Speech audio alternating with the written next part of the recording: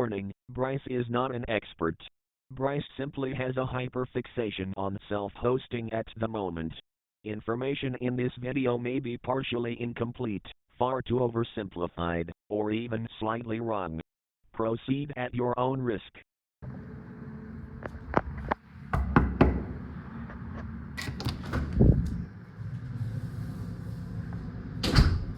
Look who decided to show up. 15 minutes late as always, but I'm glad that you're here nonetheless. Please feel free to take a seat. Don't worry about them, they will not hurt you, unless I tell them to. I'm sure that you're wondering why you are here today. Let me give you a handshake first. I'm glad to see you. Let me just show you, instead of telling you, why I have called you to this meeting. I think that you should run a home server, or at least be friends with somebody that will let you use theirs.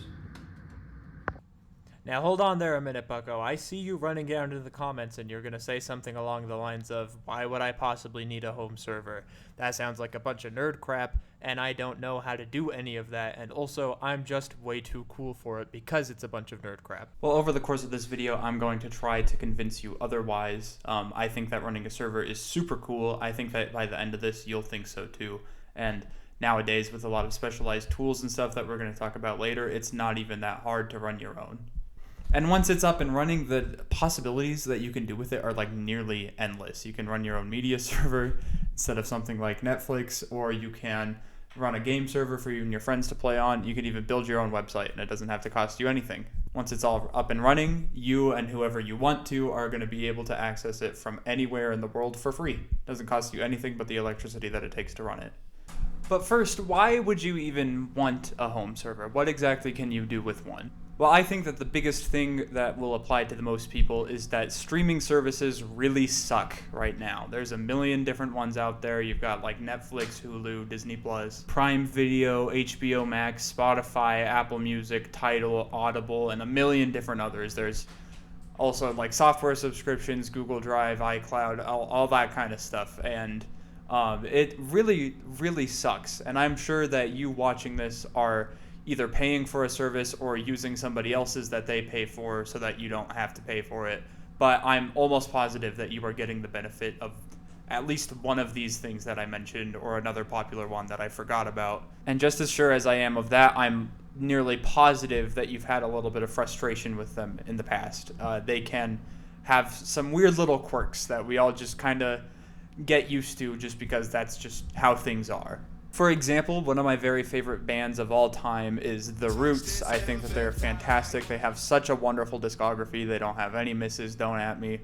And that's all well and good, except for on Spotify, I can't listen to this one as it was intended because it's got 3 grayed out tracks, and that's really lame. Or their best of mixtape that they made with J Period is just entirely gone. You just can't listen to it on Spotify anymore. You don't have any choice. Or one of my wife's favorite songs, Anyone Else But You by the Moldy Peaches, as covered by Elliot Page and Michael Cera from the Juno soundtrack, is also just gone. I remember she was like actually devastated when she found out about this, but there's no way to listen to it on Spotify anymore. It just vanished. Nobody said anything, it just left.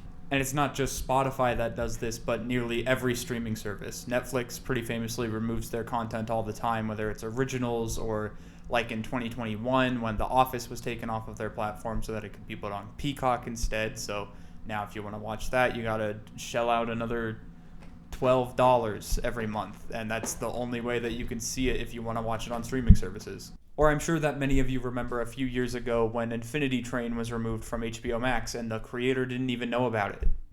It's not limited to just streaming platforms either. Back in July of 2009, Amazon removed many of George Orwell's books, including 1984, from their Kindle ebook platform. That's kind of hilarious given what they were doing, but they weren't even removed just from the store, but they were actually removed from Kindles that had them downloaded. These people that had bought the books thought that they owned them, had them just removed without their consent, without their knowledge, and they've done that again since, and I'm sure that they will continue to do this same thing. They just recently, in February of this year, finally made it clear that you're just buying a license, that you don't actually own them, and that they can revoke that whenever they want. But up until February, that wasn't like publicly known by a lot of people. This could potentially happen to any of your digital purchases unless they are exclusively said to be DRM free, which is not the case like 90% of the time. The sad reality in the digital age that we currently occupy is that we own almost nothing, at least when it comes to media.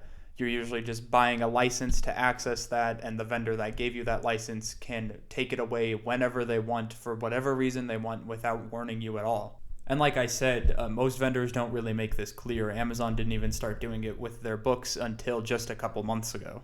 And as for all the streaming platforms that we own, it's pretty common knowledge that you're just renting access to their libraries 1 month at a time. And don't even get me started on software subscriptions. Those are ridiculous. Adobe is a comically evil company. But I'll be honest, music streaming, the fact that you can pay for $12 a month for access to Spotify, which gives you almost every piece of music that's ever been made, is kind of sick. But again, it is just most of the music. There's a lot that's not on there, and they can and will just randomly remove stuff at any point. Recently, one of my other favorite bands, King Gizzard and the Lizard Wizard, intentionally pulled all of their music off. Now, if I was using Spotify, I just wouldn't be able to listen to them anymore. That kind of sucks, doesn't it?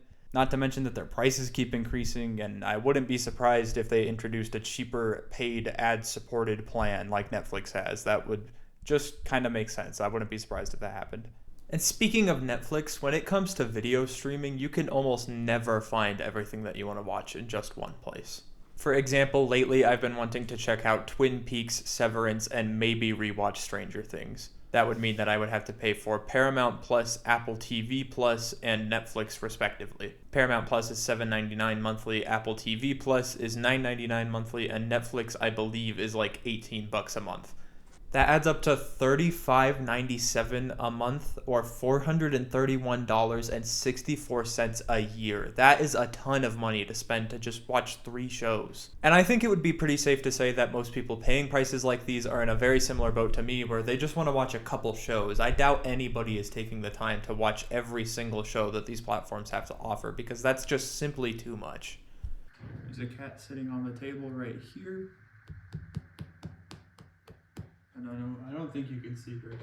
So funny story, this is my 3rd time trying to record this. The past couple times that I've tried to do it, my audio has gotten horrendously terrible. But I didn't know until I was recording probably an hour and a half more past the point when it started doing that. And I had no idea because I was not listening to my recording at the same time, but now I am, so I will be able to fix it, and I hopefully won't have to record this again. So what in the world are we supposed to do about this, right? My favorite streaming services take away my favorite media all the time. My digital purchases can just be revoked without any warning. Everything costs $1 billion, and everything also wants to scan my government ID now? What the heck? That's weird. How can we fix this? Well, I would like to suggest that you can solve these problems with what is perhaps the most practical reason to have a home server for most people, and that's running your own media server. If you have a home server, you can self-host your own movies, TV, music, ebooks, audiobooks, comics, pretty much any kind of media you could think of. There is a lot of different software options that will let you do this kind of thing. I think the most popular one is probably Plex. Plex allows you to run your media server with ease. All you have to do is download and install it, point it to where all of your media is, and then boom, you can log into your account from almost any device and watch your whole library from anywhere in the world. It's just that easy, and now you have your own entire streaming platform that is completely under your control and no one else's. And while Plex is great, it's a great piece of software, it's really good at what it does, I wouldn't recommend it because it is not fully free. You can do most of what you would want to do without having to pay a dime, but they have their own subscription that they call Plex Pass that locks behind a couple features that you might be interested in. Things like hardware transcoding, downloading your media so that you can watch it offline, skipping the intro and credits of television shows, and letting other users stream your content are all locked behind this paywall. If those aren't things that you think you will need or want, then you'll be more than happy with the free plan, I'm sure. But for everybody else, I'd like to talk about another piece of software called Jellyfin. Jellyfin does pretty much the exact same thing as Plex, but completely for free, and the software is open source as well. Jellyfin can stream pretty much anything you throw at it, that be movies, TV shows, music, ebooks, audiobooks, whatever you want. It also lets you do everything that Plex Pass offers for free without having to pay anything. You can even use Jellyfin as like a digital photo library, something of an alternative to Google Photos or iCloud Photos.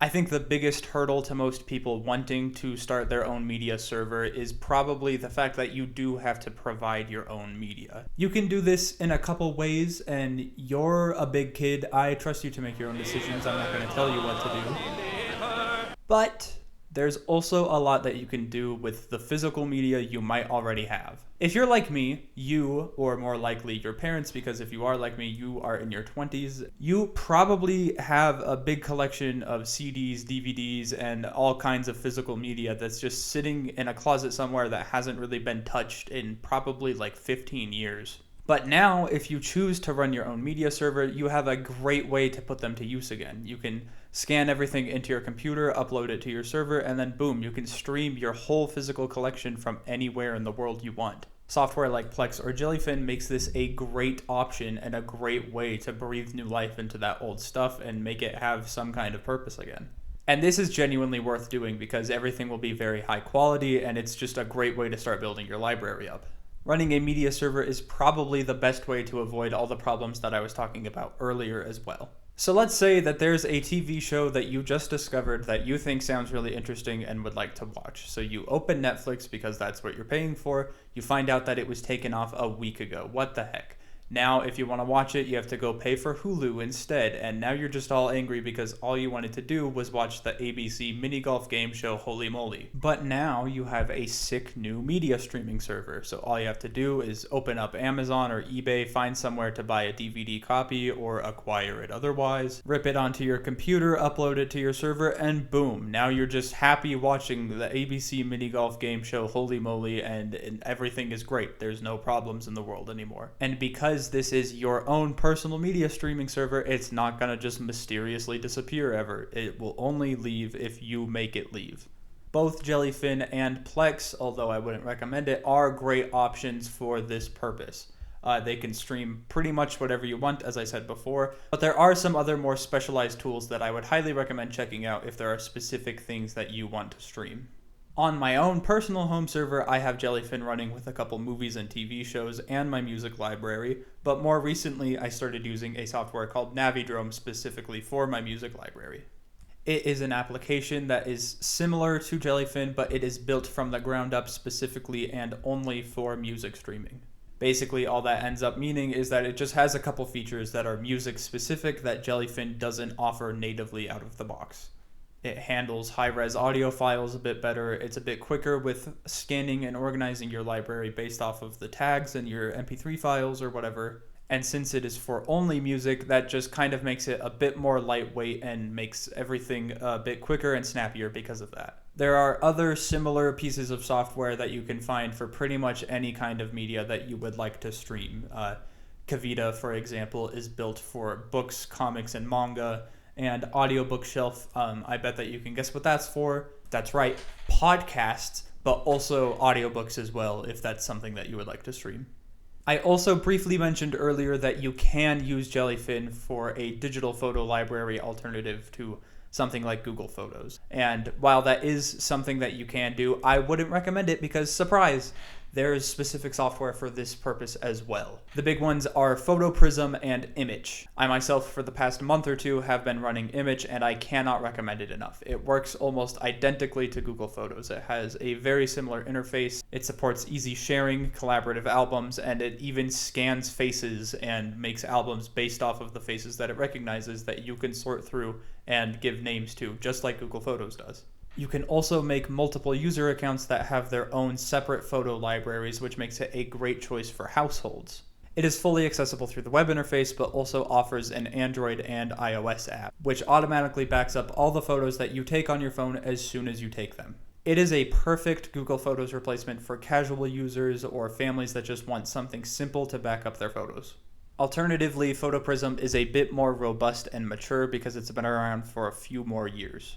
It supports super heavy raw file formats such as HEIC and CR3. It has very strong metadata management tools, and it has excellent Adobe Lightroom style filtering, tagging, and searching. It's a bit better at working with just massive photo libraries, and it is a great choice for power users, professional or hobby photographers, or anybody that really just would like to have that very solid control of their photo library. Both Image and PhotoPrism are free and open source, but PhotoPrism does have some paid features that are geared towards organizations. If you are just a single user or a household, you will be more than happy with the free features.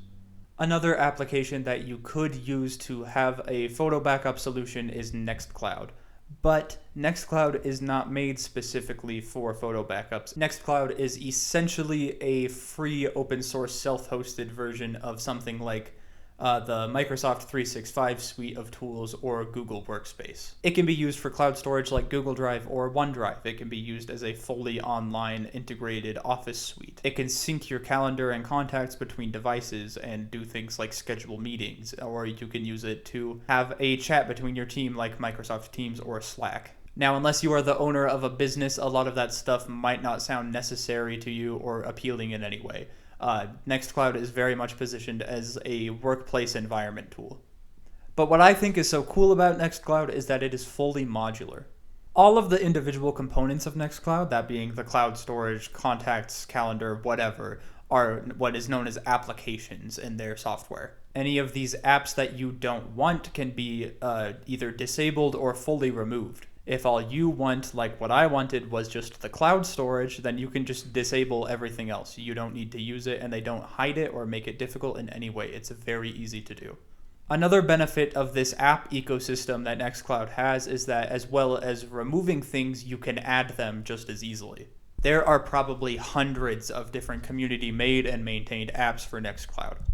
For example, before I started running Jellyfin and Navidrome, I used a Nextcloud app to run my music library. It was just called Music. It gave me a web interface, let me listen to everything through that web interface, and I could even connect my phone to it and listen to it wherever I want.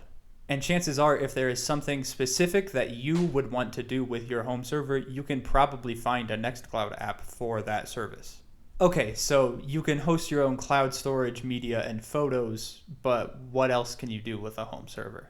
I'm going to put a link in the description below to a website called Awesome Self-Hosted. It is basically just a community-maintained list of a bunch of software that you can run. But right now, I'm just going to do a quick little lightning round of some of the things that I think are the very coolest and that you might be interested in doing for yourself. Crafty Controller is my software of choice for running Minecraft servers supporting both Java and Bedrock Edition. Paperless NGX is a tool for scanning, indexing, and organizing both your digital and physical documents. N8N is a fully open source and self-hostable workflow automation software with over 1,000 different integrations.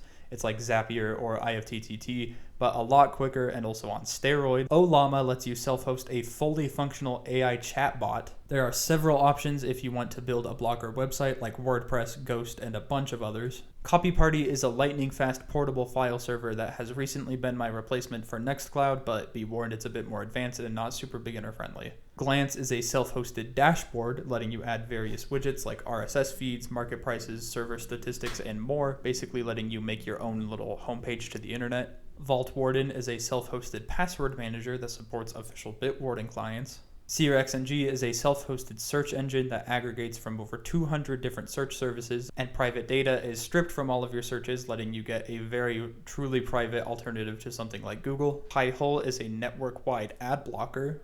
This one's really cool. Once you install and configure it, it blocks ads and tracking for literally every device on your home Wi-Fi. Computers, phones, even TVs. It honestly feels like cheating. Funkwhale is another music server similar to something like Navidrome, but it's more so for communities to sign in and share music that they created themselves, kind of like SoundCloud, because it's federated through ActivityPub. If you watched my last video, you know what that means. Speaking of federation and ActivityPub, you can self-host any Fediverse software you want, whether it's Mastodon, PixelFed, Lemmy, whatever, and you can run your own social media network. You can also self-host your own Matrix server. Matrix is a free and open source communication protocol similar to what ActivityPub does, but it's built for instant messaging instead of social media. Think of it more like self-hosting your own Discord.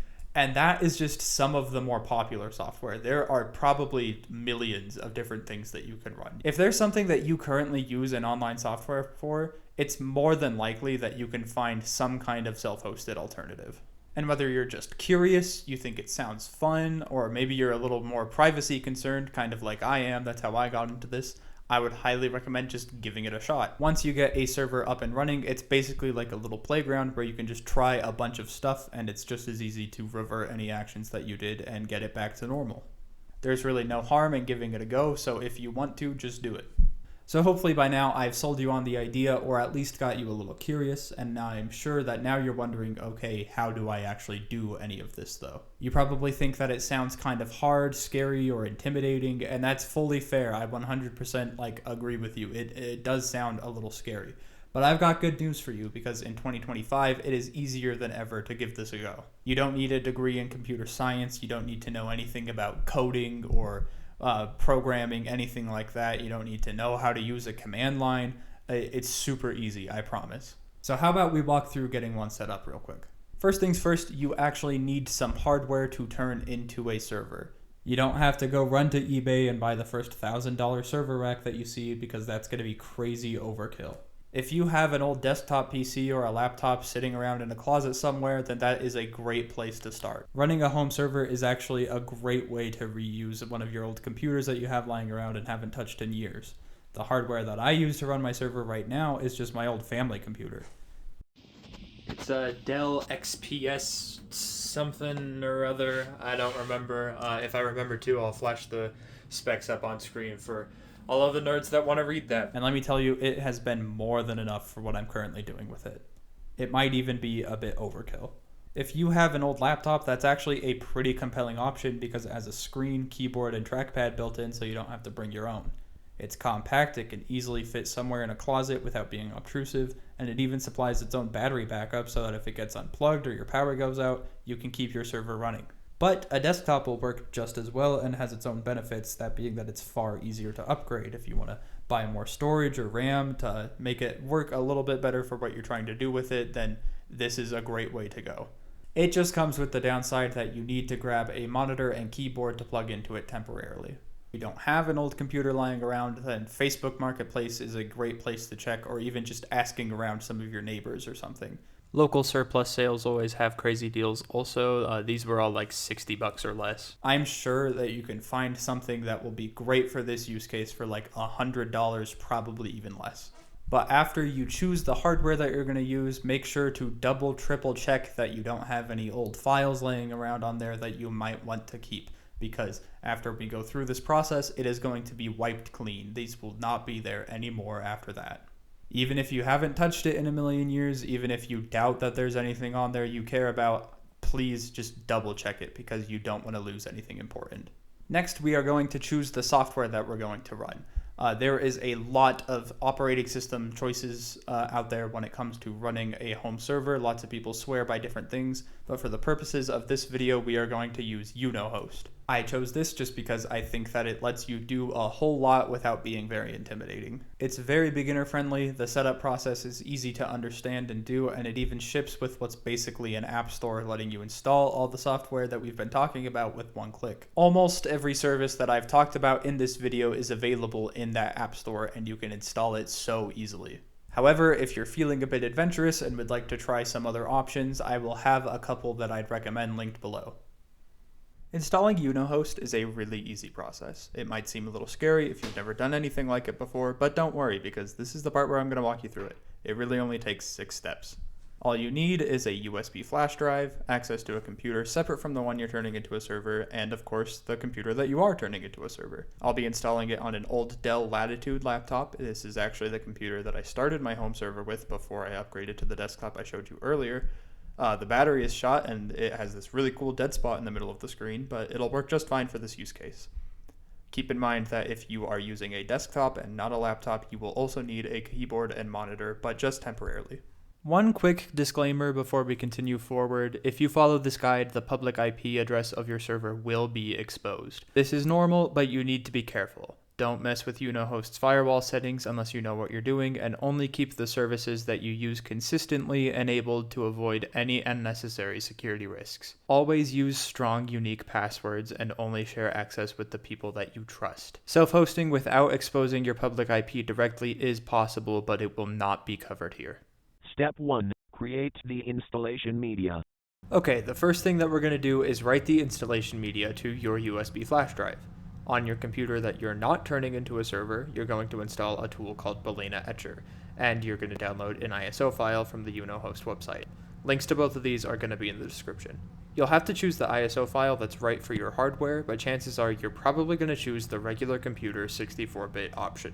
The ISO download page will also provide you with a very nice and well-written installation guide if you find mine to be, well, inadequate. Once you've installed Balena Etcher and downloaded the ISO file, make sure that there's nothing important on your USB flash drive because this is going to get wiped too. Plug in your drive, open Balena Etcher, and select the ISO file that you downloaded. Then choose your USB drive and click Flash. It might take a bit of time, but once it's done, you're free to unplug it. Step 2. Boot into the installation media. Now we're going to plug the flash drive into your server. We're going to boot into the BIOS, and to do this, we're going to mash the BIOS key while powering on the device. Which key is the BIOS key?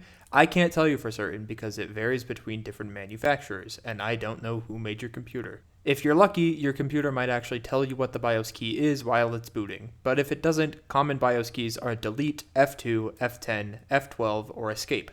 Mine is F2. If none of these seem to be working for you, then just look it up, I guess. I'm sorry. Great, now we're in the BIOS. Your computer's BIOS might look like this, or maybe you have an epic gaming themed BIOS like this one. Mine looks like this. But regardless of what your BIOS looks like, we're looking for the same thing, an option called something like boot order or boot sequence. We need to move the flash drive to be first so that we don't accidentally boot into Windows or whatever operating system is currently installed on your server to be. After we do that, all we have to do is restart the computer once more, and you should be booted into the Yunohost installation media, which will look something like this. Step 3. Install the operating system. Select the graphical install option and press enter. It'll ask you a couple questions, including your language, location, keyboard layout, and your Wi-Fi network and password unless you are connected using Ethernet, which you should be if you have the option to. Now we're going to put in our time zone and answer some questions about how we want to partition the disk. Choose the top option labeled Guided Use Entire Disk, and when asked to select a disk, assuming you only have two options like I do, we're going to select the option with the bigger capacity, since the smaller one is the USB drive we currently have plugged in. If you have more than two options, I'm going to trust you to use your critical thinking skills to figure out which one you want to use. Then we're going to choose the Finish Partitioning and Write Changes to Disk option and continue.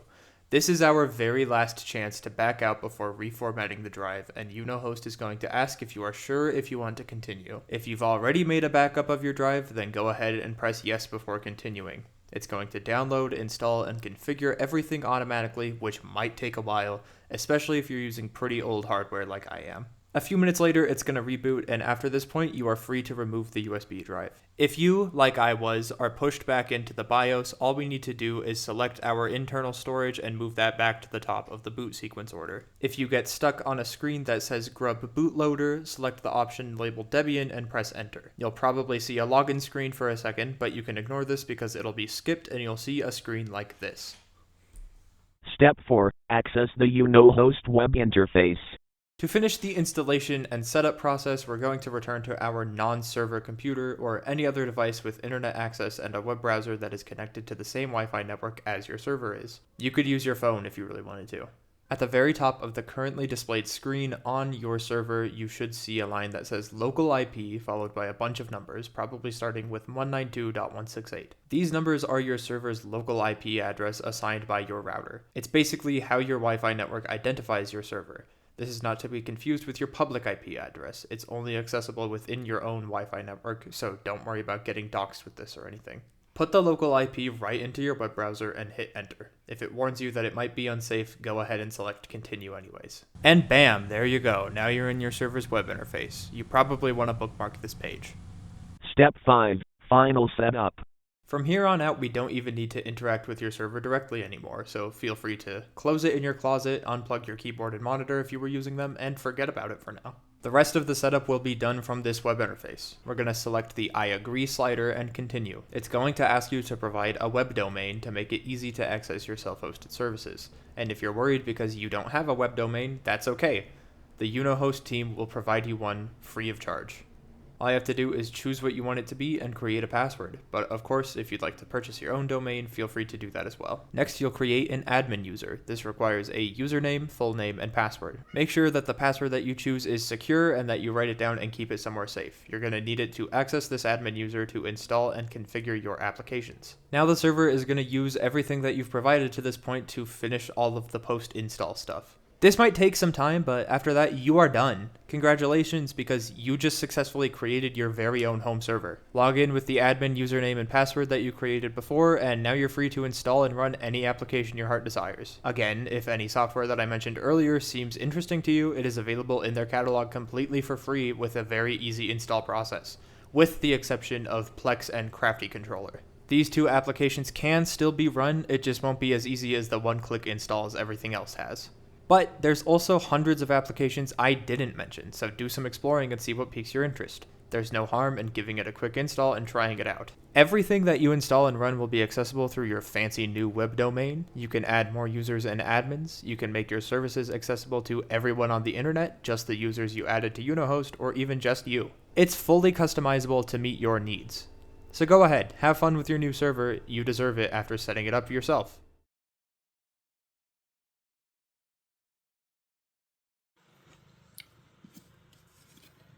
She likes to sleep on the socks. So yeah, that's the basic idea. I hope that I've at least sparked a bit of a curiosity in you. It doesn't really hurt to give it a try, and if you do, I'm sure that you'll find something that you think is awesome. I think that kind of taking back the internet and making it a little more personal to you is always a good idea, and I hope that I've shown you today that it's a bit more accessible than you might think. As always, there is a written version of this video available on my website that you're more than welcome to check out and have open as you set up your server.